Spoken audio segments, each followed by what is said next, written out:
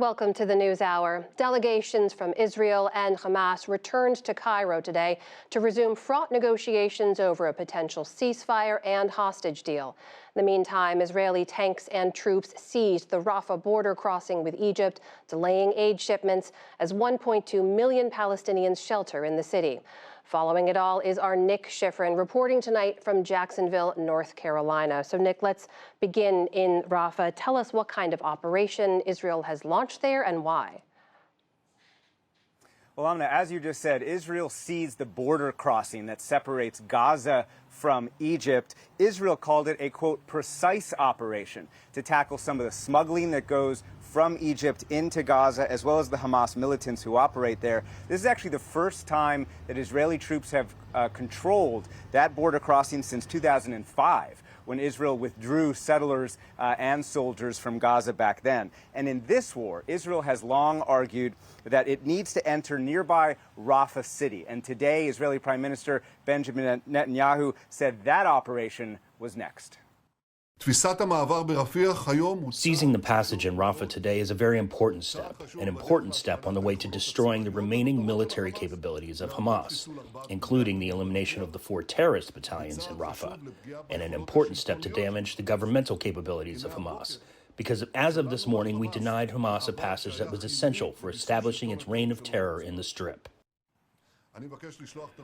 But Rafah is also the main crossing of humanitarian aid from Egypt into Gaza, and today hundreds of trucks are backed up at the border because the crossing is shut, as is the nearby crossing of Kerem Shalom, which Israel promised to open by tomorrow. And the UN warned today that food and fuel to southern Gaza will run out by the end of the week. And of course, Amna, as you and I have talked about so often, the UN is warning that famine is imminent.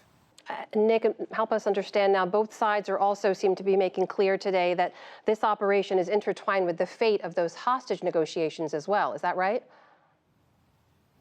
It's certainly what Israel has said, Amna, absolutely, that Israel has said that this military operation must continue in order to keep the pressure on Hamas so that Hamas agrees to the latest version of the hostage negotiation deal. But the fact is right now that the ball is in Israel's court. Hamas submitted a new draft yesterday that it characterized as accepting the deal. Israeli officials said that Hamas had actually created new versions or new aspects of that deal, and a senior U.S. official today confirmed to me that the Hamas changes were significant. But still, the U.S. is hoping that progress can be made. John Kirby, the National Security Council spokesman, saying today that the two sides should be able to, quote, close the gaps. But today, Hamas spokesman Osama Hamdan warned that a major Rafah operation means no deal over hostages.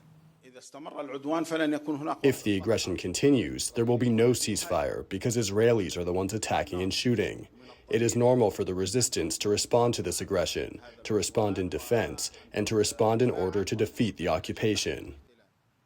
Now, this is all part of the diplomacy that CIA Director Bill Burns has been leading, and his trip to the region continues today. The U.S. is pressuring Netanyahu to make the deal, as are the families of hostages being kept in Gaza. And the U.S. has also pushed Qatar to threaten Hamas with expulsion from Doha, where the political leadership of Hamas is based, if Hamas rejects this deal. It's not clear, if this deal can be made, but the U.S. knows it is urgent. U.S. officials tell me that Israel has imposed a deadline by the end of the week, and that if this deal is not set by then, it will launch that major operation into Rafah. Defense Minister Yoav Gallant making that explicit today. He said if there's no deal, Israel will, quote, go deeper into Rafah.